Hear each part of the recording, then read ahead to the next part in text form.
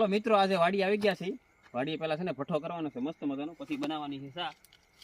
છે ને અમારે હાઠીઓ લઈ જવી પડે આવી રીતના, ને સૂળો જગવાનો છે ને પછી બનાવવાની છે. હાઠીઓ આવી ગઈ, હાઠીઓ આવી ગઈ. હાલો ભાઈ, અમારે તાપ થઈ ગયો છે મસ્ત મજાનો, અને બધા તાપે છે આમ જોવો. ભોલા ભાઈ તો જો પકાભાઈ નું. ઓહો પકાભાઈ બહુ ટાઈટ હોય. ઓહો ના આમ જોવો તમારે ટાઈટ છે બહુ. શિયાળો આવી ગયો છે એટલે તાપ કર્યો ભડકો. હાલો તો ભાઈ અમે શા મેકી દીધી છે મસ્ત મજાની. આમ જોવો શા બને કઈ ઘટે નહીં એવી. તમારે શા પીવી તો આવી જાવ વાડીએ બધા મિત્રો. આમ જોવો બધા મિત્રો. એ બાધો માય.